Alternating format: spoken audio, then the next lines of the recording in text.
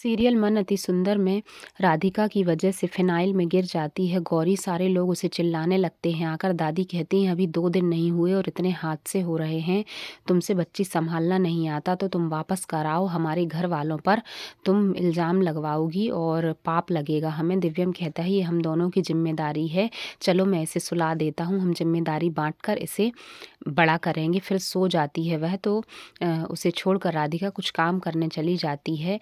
और जैसे ही राधिका जाती है तो वहाँ चुपके से आ जाती है कविता अपनी सोने की चेन लेने।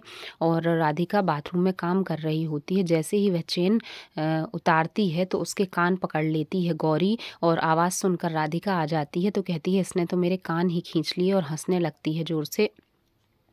कविता बाहर चली जाती है, कहती है मुझे मेरी चैन मिल गई, हो गया। फिर किसी से फ़ोन पर बात करती है कि पैसों का इंतज़ाम हो गया है, कब मिलना है। और यहाँ पे दादी जब पूजा कर रही होती हैं तो राधिका गौरी को ले आती है और कहती है कि यहीं बैठकर खेलो, हम यहीं खाना बना लेते हैं। और उसे बिठालकर खाना बनाने चली जाती है जानबूझकर। और वह बॉल लिए होती है, बॉल दिव्यम के पिताजी की तरफ फेंकती है तो वह उसके साथ खेलने लगते हैं।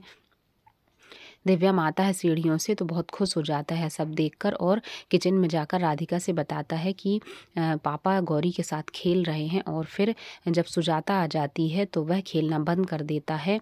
दिव्यम उसे गोद में ले लेता है और कमरे में ले जाता है। सुजाता फिर राधिका को चिल्लाती है। राधिका बहुत खुश होती है गौरी के खेलने से। यहाँ पे किसी का सामान रखा हुआ है दिव्यम के घर पे, वहीं पर आंगन में बैठकर जानबूझकर गलत तरीके से मालिश करती है राधिका, जिसमें दादी देखकर मालिश करने आ जाएं और उसे सिखाएं। गौरी को दादी के हाथ से मालिश मिल जाए। दादी कहती हैं, लाओ हम सिखाते हैं, तुमसे कुछ नहीं आता, मोबाइल में देखकर क्या क्या सीखोगी। फिर अपनी अंगूठियां उतार कर और तेल से उसकी मालिश करती हैं, गाना गाती हैं और कहती हैं कि अगर अब तुमसे ना बने तो फिर से हमसे सीख लेना, ये सो जाएगी, इसे यहीं सुला दो। और लोरी गाकर राधिका सुला देती है गौरी को और फिर कहीं चली जाती है।